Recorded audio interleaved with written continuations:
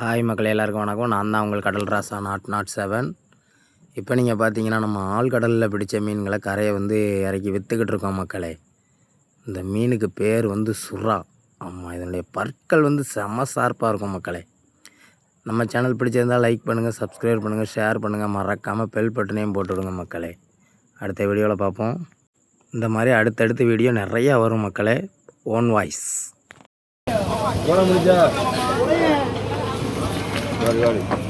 போல முடிஞ்சா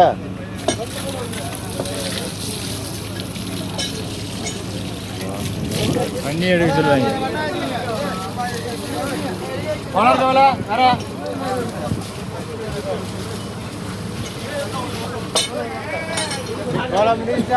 வாய பாரு, பல்ல பாரு, பல்ல கிளப்ப முடியல.